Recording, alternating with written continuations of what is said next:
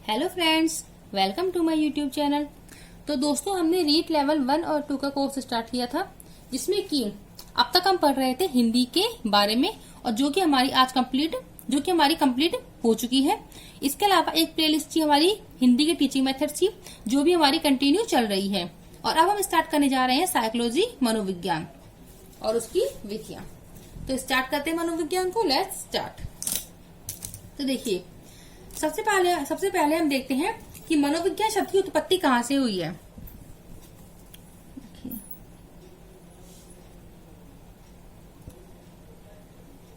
मनोविज्ञान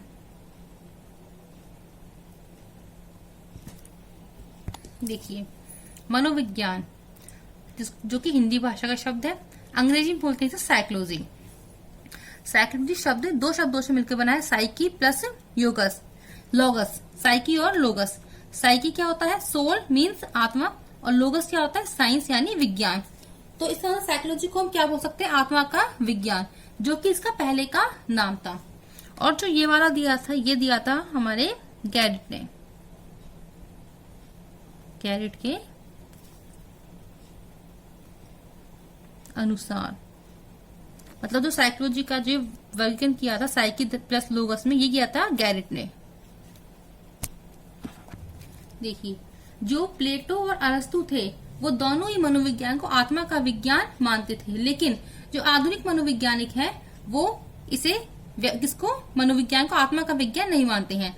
वो मानते हैं इसे व्यवहार का विज्ञान, जिसके बारे में आगे विश्लेषण करेंगे अच्छे से। तो देखिए, अब हम पढ़ते हैं सबसे पहले जो मनोविज्ञान, उसको कहा गया था आत्मा का विज्ञान। सबसे पहले कहा था इसे आत्मा का विज्ञान।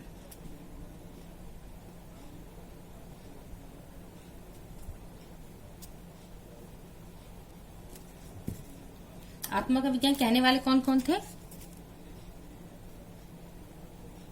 अरस्तु, प्लेटो, डेकार्टे, रुडोल्फ गोयकल।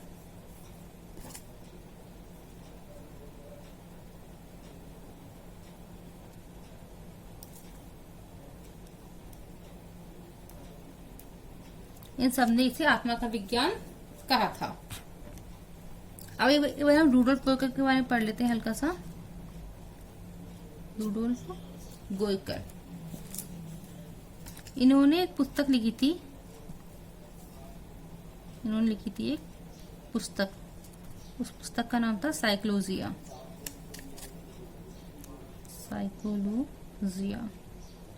ये की एक पुस्तक थी। और जो साइकोलॉजिया थी, ये थी मनोविज्ञान की प्रथम पुस्तक।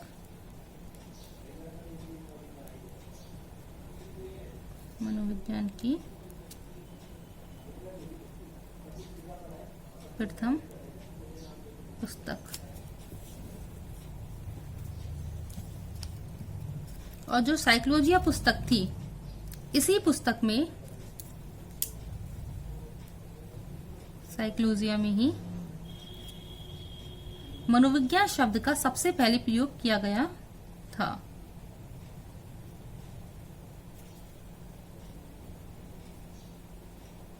मनोविज्ञान शब्द का सर्वप्रथम प्रयोग किया।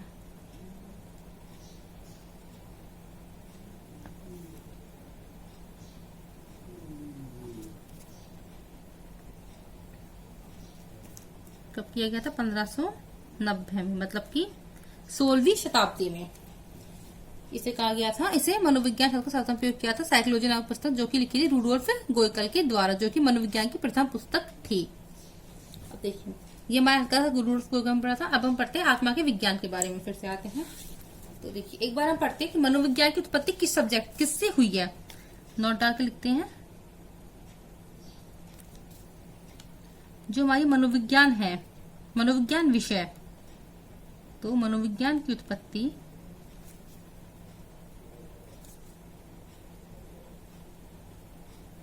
दर्शन शास्त्र से हुई है।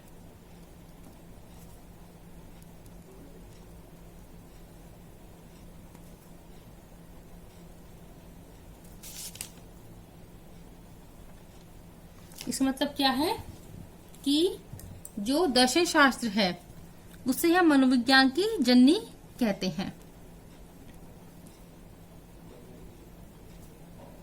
दर्शन शास्त्र है मनोविज्ञान की जननी। और किसके अकॉर्डिंग है? ये है केलर के अनुसार, अकॉर्डिंग टू केलर।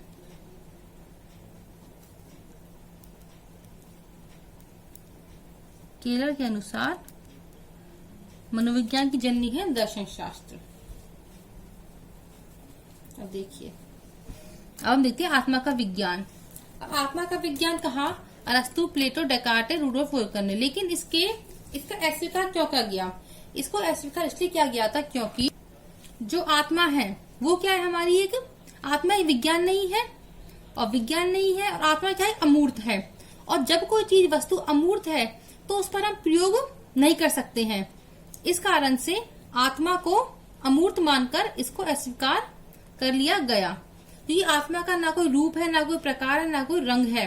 अतः वैज्ञानिक तरीके से इसका प्रयोग संभव नहीं है, इस पर हम अध्ययन नहीं कर सकते। इस कारण से आत्मा के विज्ञान को, मनोविज्ञान को आत्मा के विज्ञान कहे जाने को निरस्त या फिर अस्वीकार कर दिया गया। और जो हमारे प्लेटो थे, इन्होंने आत्मा का प्रथम प्रयोग किया था।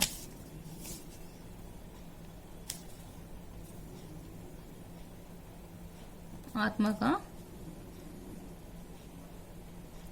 प्रथम प्रयोग ये किया गया था प्लेटो के द्वारा। अगर हमसे ये पूछे कि आत्मा का विज्ञान किसके द्वारा किया गया था, हमारे मान लो हमें ये चारों ऑप्शन आए, तो हमें जो आंसर टिक करना है वो करना है हमें अरस्तु, क्योंकि सबके गुरु तो कौन थे? अरस्तु थे, इसलिए अरस्तु ही इसके मेन है। बाकी ये सब तो इसके साथ काम करते थे, इसके शिष्य थे। जो कि हमारा आत्मा का विज्ञान, एक बार लिख लेता हूँ कि अस्वीकार का कारण क्या था। देखिए,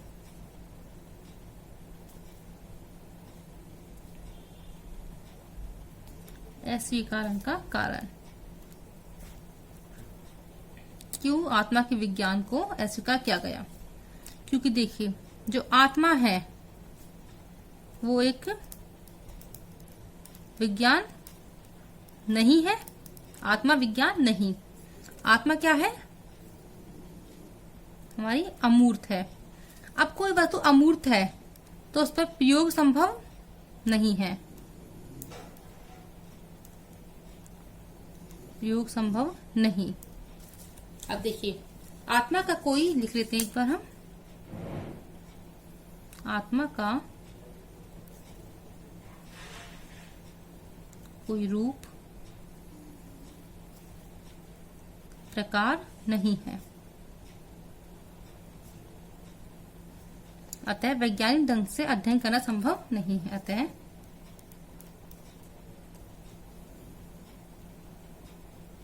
वैज्ञानिक तरीके से अध्ययन संभव नहीं।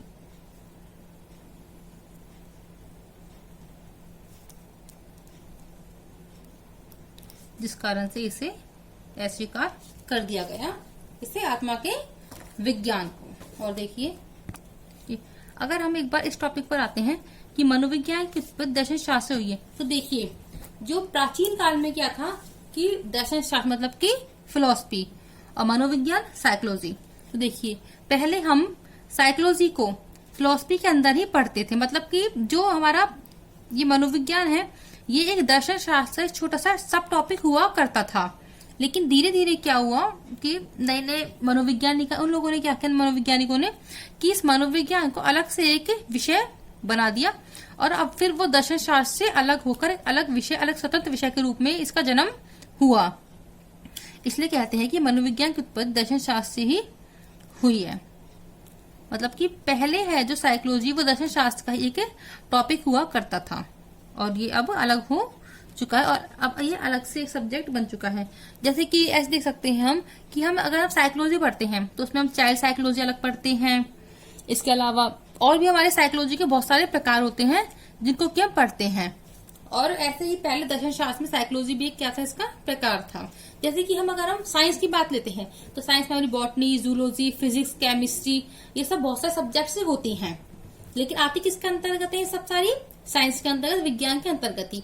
ऐसे ही पहले हमारा मनोविज्ञान था वो फिलोसफी के अंदर ही आता था, लेकिन धीरे धीरे समय के साथ मनोविज्ञान एक अलग विषय के रूप में परिवर्तित हो गया और अब इसका एक खुद का एक स्वरूप है और अभी अलग विषय के नाम से जानता था, जैसे कि हम अपने REET, first grade, second grade और जो भी हमारे टीचिंग के एग्जाम्स होते हैं उन सब में हम इसे पढ़ते हैं।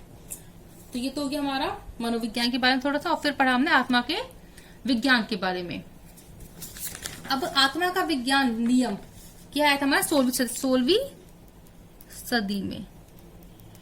जैसे यहाँ पे देख लिया 1590 के टाइम की बात है, तो है ना, जब हमारा आत्मा का विज्ञान को अस्वीकार कर लिया गया, उसके बाद आया हमारा मन या मस्तिष्क का विज्ञान। सेकंड है मन या मस्तिष्क का विज्ञान, ये आया था हमारे 17वीं शताब्दी में, 17वीं सदी में। अगर हम इसके प्रवर्तक देखें, इसके जनक देखें, तो उनमें थे हमारे सबसे प्रमुख थे हमारे पोम्पनोजी,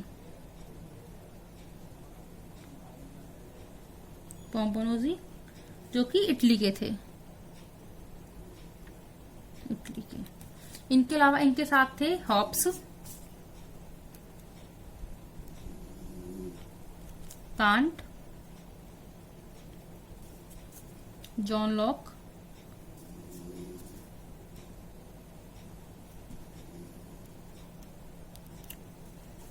रिचेरी और थॉमस रीड।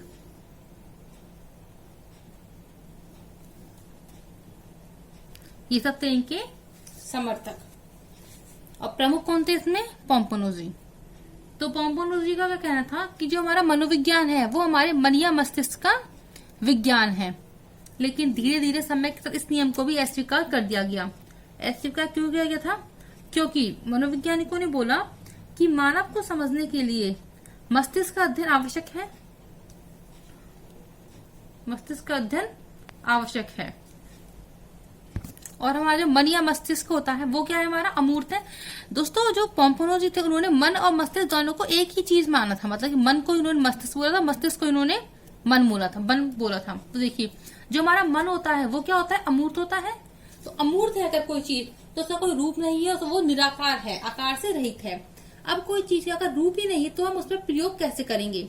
और अगर प्रयोग नहीं कर सकते तो वो विज्ञान नहीं है। और अगर कोई चीज विज्ञान ही नहीं है तो इस कारण से इसे भी मन या मस्तिष्क का विज्ञान के रूप में इसे अस्वीकार कर लिया गया। देखिए, अस्वीकरण का कारण।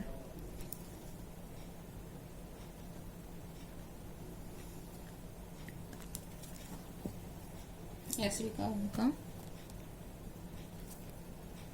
कारण क्या दिया गया था? ये देखिए, जो मन है वो कैसा है? एक अमूर्त है। मन अमूर्त होता है।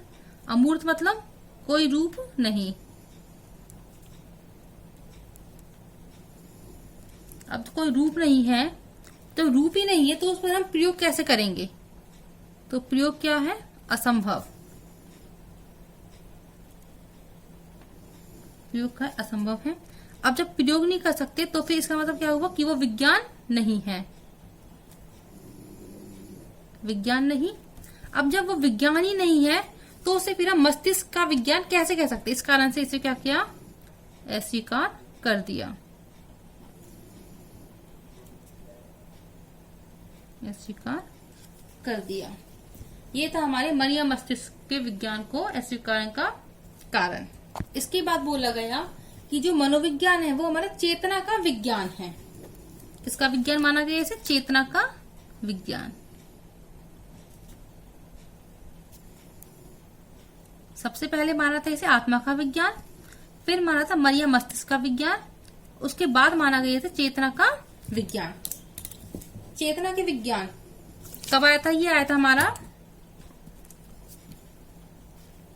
1870 से 1900 के बीच में। अब इसे देखिए हम प्रवर्तक, तो प्रवर्तक थे इसके विलियम वुंट।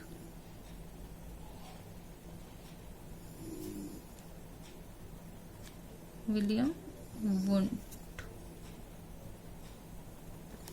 चेतना के विज्ञान के जो प्रमुख प्रवर्तक थे वो थे हमारे विलियम वुंट, जो कि कहाँ के थे, जर्मनी के थे।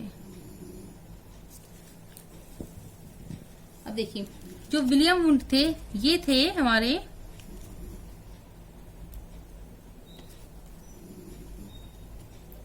जर्मनी में एक शहर था लिप्जिंग, और लिप्जिंग शहर का एक यूनिवर्सिटी थी, लिप्जिंग यूनिवर्सिटी।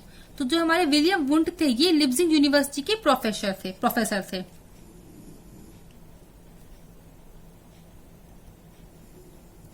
लिप्जिंग विश्वविद्यालय के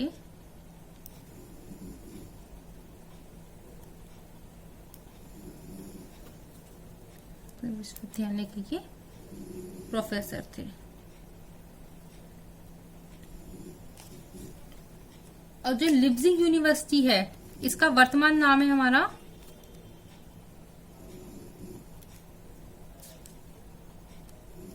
कार्ल मार्क्स यूनिवर्सिटी। इस यूनिवर्सिटी का नाम है, वर्तमान नाम है कार्ल मार्क्स विश्वविद्यालय।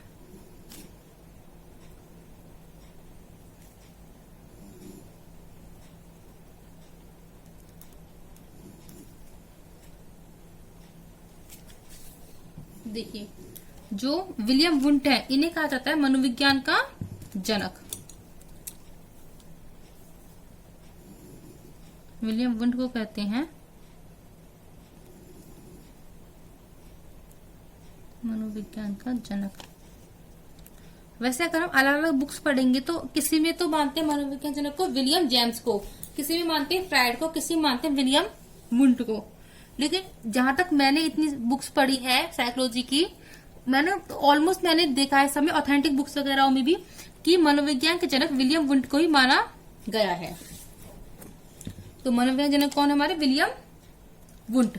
अब देखिए चेतना के विज्ञान अन्य प्रवर्तक कौन कौन थे।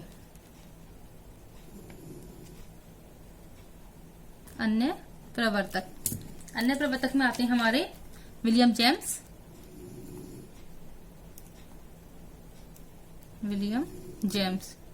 जिन्हें कि अमेरिकी मनोविज्ञान का जनक कहा जाता है। ये लिख लेते हैं हम यहाँ पर, अमेरिकी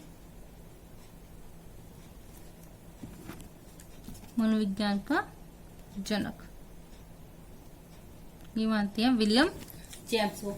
इसके अलावा इसके प्रवर्तक थे टिचनर, ये हमारे प्रवर्तक ही चल रहे हैं, यहाँ पर भी टिचनर हो गया। इसके अलावा जेम्स सली,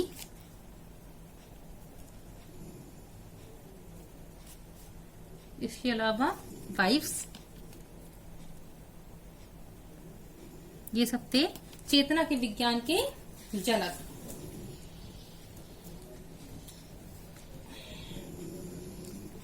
अब देखिए अब इसको अस्वीकार क्यों किया गया, क्योंकि चेतना क्या होती है, चेतना वैसे तो मूर्त होती है, जैसे कि मन था और आत्मा क्या थी, अमूर्त, लेकिन चेतना क्या है, मूर्त है। लेकिन ये क्या है, मस्तिष्क का आंतरिक रूप है, बाह्य रूप नहीं है। इस कारण से इसको भी अस्वीकार कर दिया, क्योंकि ये सिर्फ मस्तिष्क के एक ही भाग को लेकर चलती है, चेतना को। अचेतन और अर्धचेतन का इसमें कोई विकल्प नहीं है, जिसके कारण से इसे भी अस्वीकार कर दिया गया। ये बना पाया इसके अस्वीकरण कारण पढ़ लेते हैं, इसके बाद फिर हम इनकी विलियम जेम्स की पुस्तक के बारे में और बाकी सब पढ़ेंगे। एक बार लिखते हैं हम अस्वीकरण का कारण।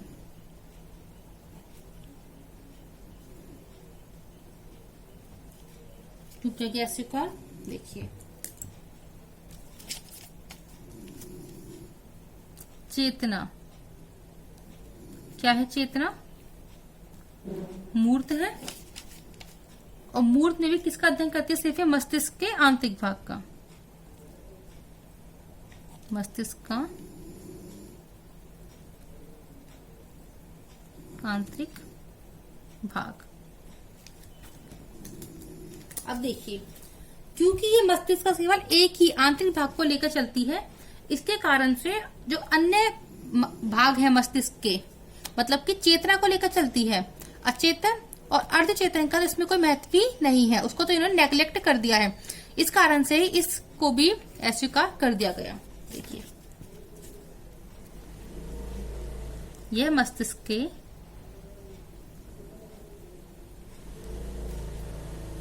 एक ही भाग, कौन सा? आंतरिक भाग।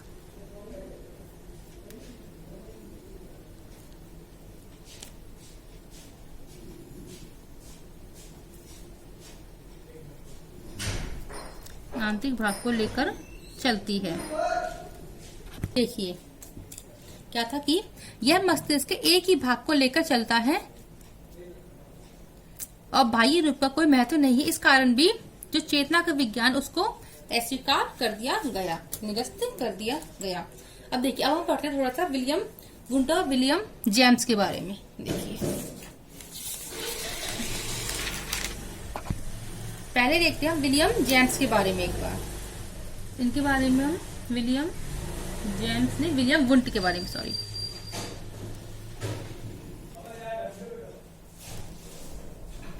William Wundt. इन्होंने मनोविज्ञान, इन्होंने लिप्जिग शहर के प्रोफेसर थे, यहाँ तक तो हम पढ़ चुके हैं। इसके अलावा एक और चीज पढ़ते हैं विलियम वुंट के बारे में। देखिए, जो विलियम वुंट थे ना, इन्होंने मनोविज्ञान की प्रथम प्रयोगशाला स्थापित की थी। मनोविज्ञान की प्रथम प्रयोगशाला, मनोविज्ञान की प्रथम प्रयोगशाला स्थापित की थी इन्होंने, जो कि की थी इन्होंने लिप्जिग शहर में।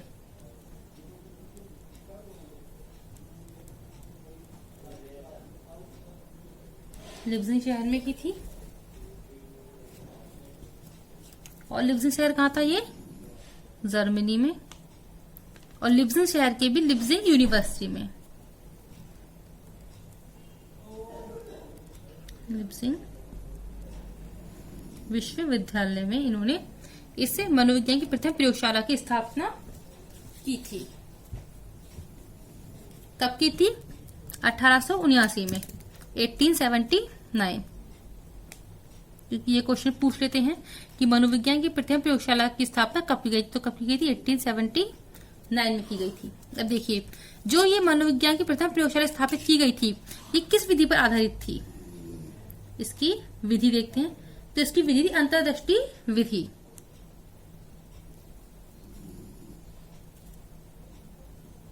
ये अंतर्दृष्टि विधि पर आधारित प्रयोगशाला थी। विधि पर आधारित। तो ये हो गया हमारा चेतना का विज्ञान। तो हमने आज क्या पढ़ा है, एक बार देख लेते हैं। एक बार हमने पढ़ा, सबसे पहले पढ़ा हमने कि मनोविज्ञान शब्द की उत्पत्ति किससे हुई है? साइकी और लोगस से। साइकी का मीन्स होता है सोल और लोगस का मीन्स होता है साइंस, आत्मा का विज्ञान। फिर पढ़ा हमने आत्मा का विज्ञान किस किसने दिया, कब दिया और इसे निरस्त क्यों किया गया। इसके बाद फिर हमने पढ़ा कि आत्मा के विज्ञान के बताया मन या मस्तिष्क का विज्ञान 7वीं सदी में इसके प्रवर्तक थे पोम्पोनोजी, हॉब्स, कांट, जॉन लॉक, रिचेरी और थॉमस रीड। इसका अमूर्त का इसका अस्वीकरण का कारण क्या था कि जो मन है हमारा वो क्या होता है? अमूर्त होता है। अमूर्त है इसका मतलब इसका कोई रूप नहीं है। जब कोई रूप ही नहीं है तो हम प्रयोग नहीं कर सकते, प्रयोग नहीं कर सकते तो विज्ञान नहीं है, विज्ञान नहीं है तो इस कारण से इसे अस्वीकार कर दिया गया। फिर आया हमारा चेतना का विज्ञान। कब आया था? 1870 से 1900 के बीच में, जिसके प्रमुख थे विलियम वुंट, जर्मनी शहर के, जो कि लिप्जिग यूनिवर्सिटी के प्रोफेसर थे। इसके अलावा विलियम वुंट को मनोविज्ञान का जनक भी कहा जाता है। और जो लिप्जिग यूनिवर्सिटी, इसका वर्तमान नाम है कार्ल मार्क्स यूनिवर्सिटी। अन्य प्रवर्तक देखिए हमने विलियम जेम्स, जो कि अमेरिकी मनोविज्ञान के जनक हैं, टिचनर, जेम्स अली और वाइव्स। अब जो चेतना का विज्ञान है इसे अस्वीकार क्यों कर गया? क्योंकि चेतना क्या है? मूर्त है। मूर्त तो है लेकिन ये सिर्फ मस्तिष्क के आंतरिक भाग की बात करती है। एक ही भाग आंतरिक को लेकर चलती है, बाह्य रूप का कोई महत्व ही नहीं है। इस कारण से इसे भी निरस्त कर दिया गया। फिर पढ़ा हमने विलियम वुंट के बारे में। विलियम वुंट ने क्या किया था कि मनोविज्ञान की प्रथम प्रयोगशाला स्थापना की थी 1879 में जर्मनी के लिप्जिग शहर में और लिप्जिग यूनिवर्सिटी में। और जो ये मनोविज्ञान की प्रथम प्रयोगशाला थी, ये थी हमारी अंतर्दृष्टि विधि पर आधारित। तो दोस्तों आज के लिए बस इतना ही। अब कल हम पढ़ेंगे कि जो मनोविज्ञान है वो आधुनिक समय में किसके नाम से जाना जाता है। आज के समय में जाना जाता है व्यवहार के विज्ञान के रूप में। तो कल हम इसके बारे में विश्लेषण करेंगे। धन्यवाद दोस्तों। अगर आपको हमारी ये वीडियो पसंद आई है तो हमारी वीडियो को लाइक कीजिए, ज्यादा से ज्यादा अपने दोस्तों के साथ शेयर कीजिए, और अगर आपको कोई भी डाउट है तो कमेंट सेक्शन में अपना डाउट जरूर लिखिए। और ऐसे बने रहिए हमारे साथ, और जाते जाते हमारे चैनल को सब्सक्राइब करना ना भूलें। थैंक यू दोस्तों।